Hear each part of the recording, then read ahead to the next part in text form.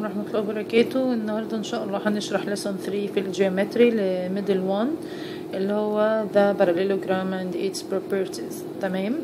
الديفينيشن بتاعه ده دايما بيبقى حفظ علشان بيجي في الكومبليت او في true or false. Parallelogram is a quadrilateral in which each two opposite sides are parallel. تمام. يعني ايه؟ يعني ده عندي كده parallelogram. تمام. AB parallel to CD and AB equal CD. AD parallel to BC and AD equal BC in length. تمام. يبقى AB parallel to DC and AD parallel to BC. Each two opposite sides are parallel and equal in length. ايه هي البروبرتيز بتاعت الباراليلوجرام؟ اول حاجه each two opposite sides are equal in length، زي ما قلنا ان ال AB equal DC وال AD equal B. تمام. بعد كده each two opposite angles are equal in measure. angle measurement of angle A equal measurement of angle C و measurement of angle B equal measurement of angle D. بعد كده the sum of measures of each two consecutive angles is 180. يعني measurement of A plus measurement of angle B equal 180. It means A supplements B, B supplements C, C supplements D, and D supplements A, and transversal. Okay. يعني A plus B equal 180, B plus C equal 180, C plus D equal 180 degree, D and A equal 180 degree. The two diagonals bisect each others. يعني ايه bisect each others؟ يعني into halves, into two equal halves. بيقسمهم into، يبقى هما الاتنين بيقسموا بعض into two equal halves. يعني هيبقى ال AC divided into two equal halves. AM equal MC و BM equal MD. يبقى دي ال properties بتاعت الباراليلوجرام، ان each two opposite sides are parallel and equal in length. Each two opposite angles are equal in length. Each two consecutive angles supplementary، يعني equal ال addition بتاعهم equal 180 degree. And ال two diagonals bisect each others، يعني divide each others into two equal halves. تمام. طيب البريمتر بتاع الباراليلوجرام، اي بريمتر لاي بوليجون او كوادريلاترال او اي شكل شيب تاني هو عبارة عن ال sum of lengths of all its sides. طب انا عندي ده equal ده وده equal ده، يبقى البريمتر بتاعي ده AB plus BC multiply 2، لان ده AB plus DC معناها 2AB و BC plus AD معناها 2BC.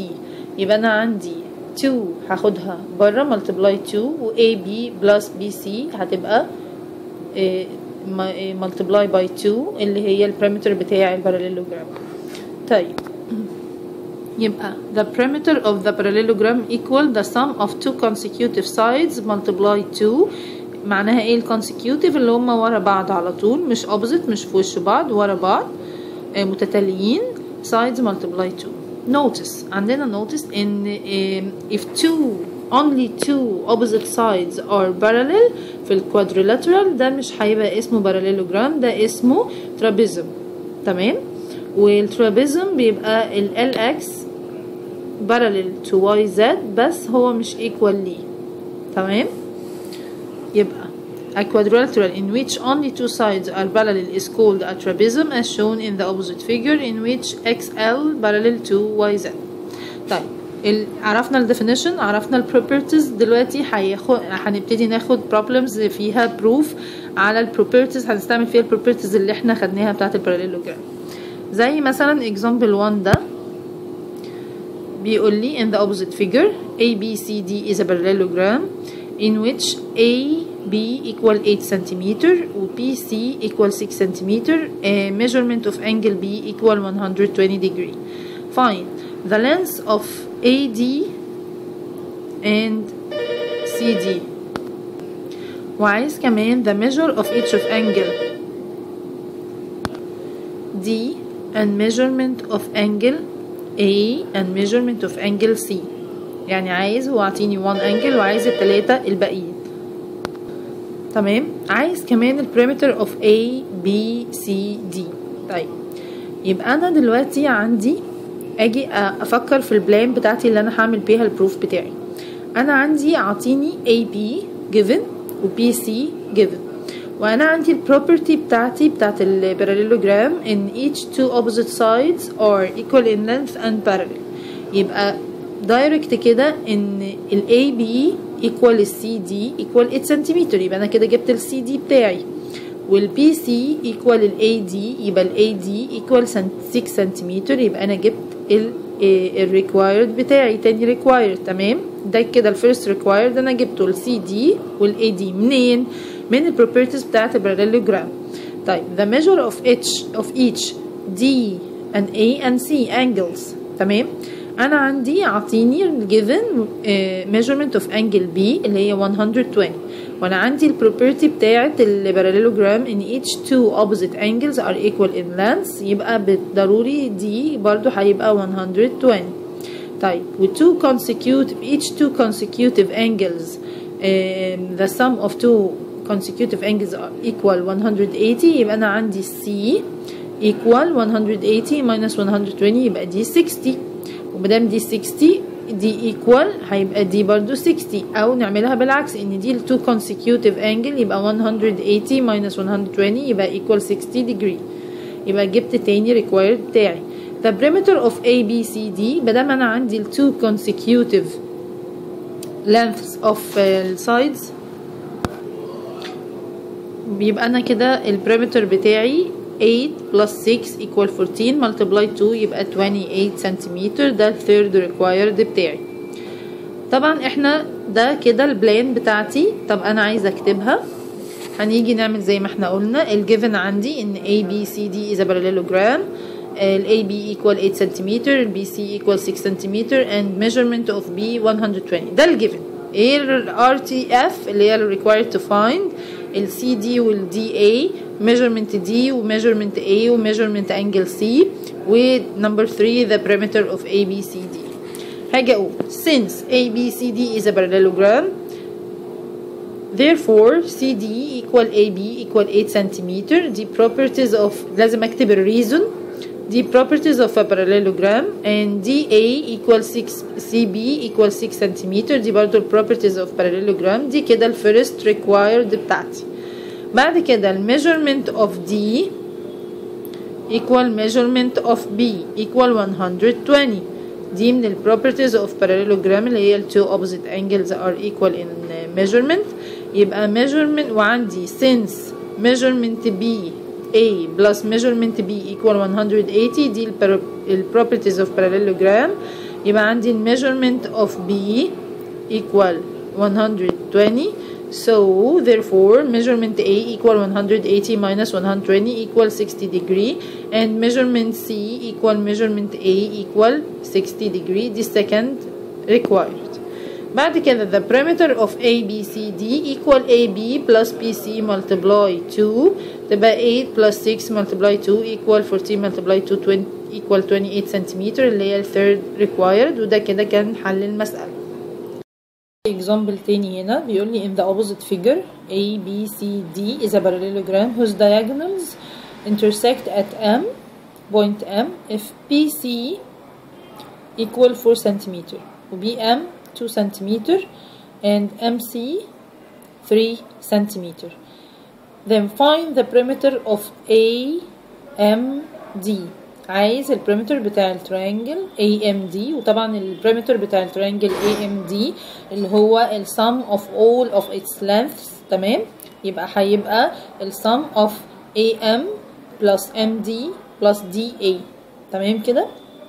طيب انا هاجي اعمل البروف بتاعي. عندي الجيفن ان ABCD is a parallelogram وهنكتب كل الجيفن points بتاعتنا. بعد كده ال required to find عندي البريمتر of triangle AMD.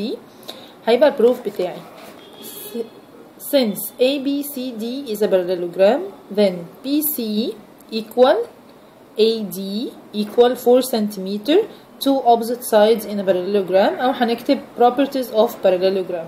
تمام.